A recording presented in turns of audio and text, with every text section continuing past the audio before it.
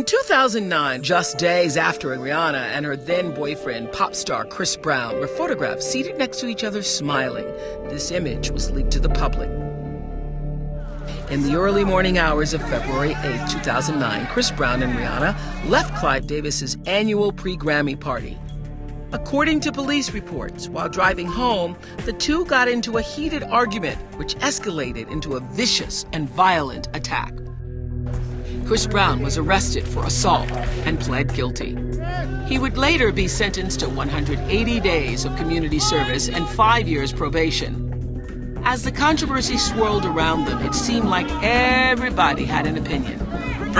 Chris Brown makes me angry. To be able to experience this in the media, that alone it's horrible. I was thinking, maybe you aren't aware of the velocity of feelings that people had when the incident, when he was arrested in 2009.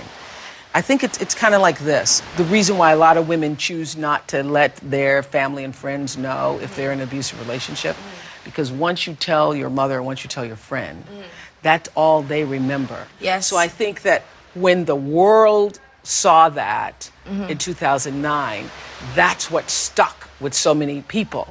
Absolutely. Absolutely. But nobody could feel that more than me. I was hurt the most.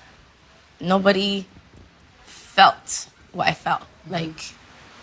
So it was... You were hurt the most because it happened? It happened. It happened to me. And it happened to me in front of the world. It was embarrassing. It was humiliating. It was hurtful. You know, it's not easy. I lost my best friend. Everything I knew switched in a night. And I couldn't control that. So I had to deal with that. And that's not easy for me to understand or interpret. And it's not easy to interpret on camera. Not with the world watching. So it was hard for me to even pay attention to my mind and figuring things out, because now it became a circus and I felt protective. I felt like the only person they hate right now is him.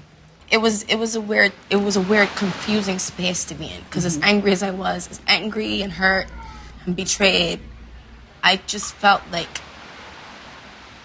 he made that mistake because he needed help, and who's gonna help him? Nobody's gonna say he needs help. Everybody's gonna say he's a monster without looking at the source. And I was more concerned about him. That is really powerful.